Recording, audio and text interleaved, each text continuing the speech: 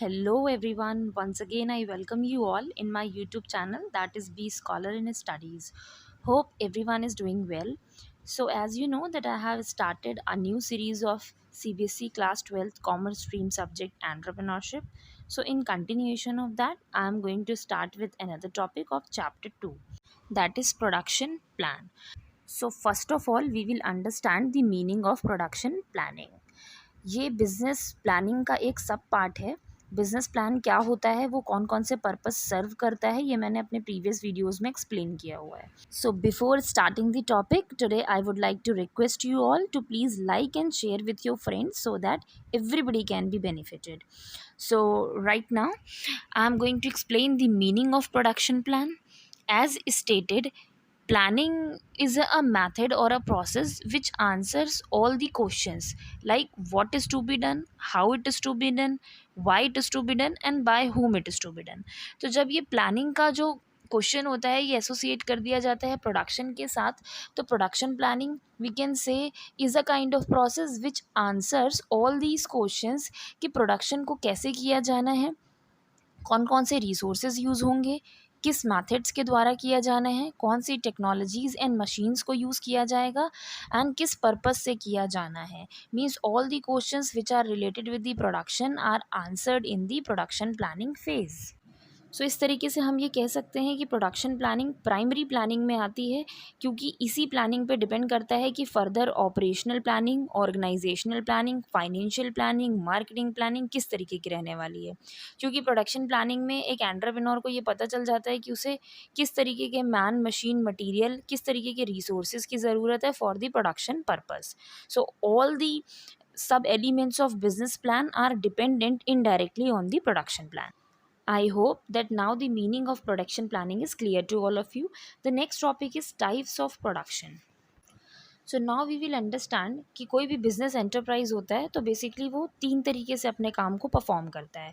या तो कोई भी कंपनी टोटल मैन्युफैक्चरिंग में इन्वॉल्व होगी तो it will be considered as a complete manufacturing unit, या फिर वो बिल्कुल भी मैन्युफैक्चरिंग नहीं करेगी, मतलब किसी प्रोडक्शन का, किसी प्रोडक्ट का वो प्रोडक्शन खुद नहीं करेगी बल्कि पीछे किसी सप्लायर से परचेज करके आगे कस्टमर तक सेल कर देगी, तो it will be considered as a trading unit.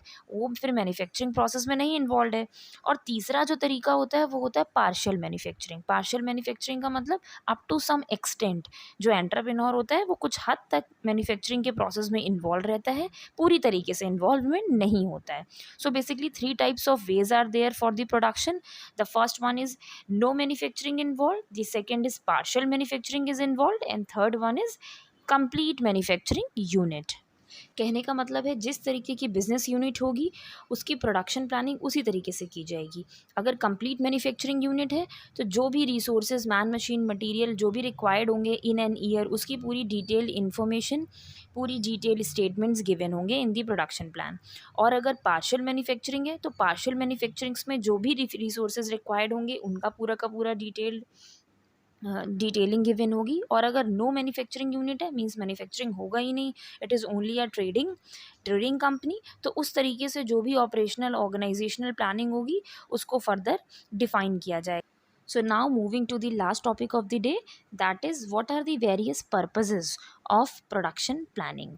Production planning क्यों करी जाती है, उससे क्या बेनिफिट होता है एक एंटरप्रेन्योर को. So after reading types of production हमें ये तो पता चल गया है कि जो पार्शियल और कंप्लीट मैन्युफैक्चरिंग यूनिट्स होते हैं उनके लिए प्रोडक्शन प्लानिंग करना मैंडेटरी होता है, जबकि जो नो मैन्युफैक्चरिंग यूनिट्स होते हैं उनके लिए प्रोडक्शन प्लानिंग को स्किप किया जा सकता है because they are not manufacturing anything.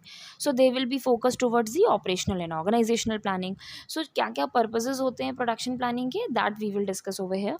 So first जो बेनिफिट होता है, जो पर्पज होता है वो ये होता है कि एक एंटरप्रेन्योर को पता चल जाता है दैट इन एन ईयर उसका प्रोडक्शन शेड्यूल क्या रहने वाला है, उस प्रोडक्शन शेड्यूल को फुलफ़िल करने के लिए उसको कितने एक्सपेंसेस की, फ़ंड्स की ज़रूरत पड़ेगी एंड उन फंड्स का अरेंजमेंट कैसे किया जाना है, ये सारी की सारी चीज़ें क्लियर हो जाती हैं. द सेकेंड पर्पज़ इज़ किस तरीके की मशीनरी, इक्विपमेंट्स रिक्वायर्ड होगी, वो भी पता चल जाता है. द थर्ड पर्पज़ और द बेनिफिट इज़ एक एंटरप्रेन्योर को ये पता चल जाता है कि उसको किस मैन्युफैक्चरिंग मेथड्स की यूज़ करनी है, किस मैन्युफैक्चरिंग टेक्निक्स का यूज़ करना है, जिससे कि वो अपना इफ़ेक्टिव और एफिशिएंट प्रोडक्शन कर पाए, मीन्स कम से कम रिसोर्सेज को यूज़ करके मैक्सिमम आउटपुट को गेन कर पाए। The last and the most important benefit और purpose is plant layout, means उसको अपने प्लांट का लेआउट किस तरीके से क्रिएट करना है। प्लांट लेआउट का मतलब प्लांट का इंफ्रास्ट्रक्चर किस तरीके से प्लान करना है कि जो उसका प्रोडक्शन प्रोसेस है वो स्मूथ फंक्शन कर पाए और ऑप्टिमम जो बेनिफिट है उसको गेन कर पाए एंड ऑर्गेनाइजेशनल ऑब्जेक्टिव को फुलफिल कर पाए। सो ये बेसिकली जो पर्पस होते हैं ये प्रोडक्शन प्लानिंग में सॉल्व हो जाते हैं। So this is the very primary stage where all the questions related to productions are answered. So that's it for today from my side. If you like the video, so please do like, share and subscribe the channel. Thank you once again.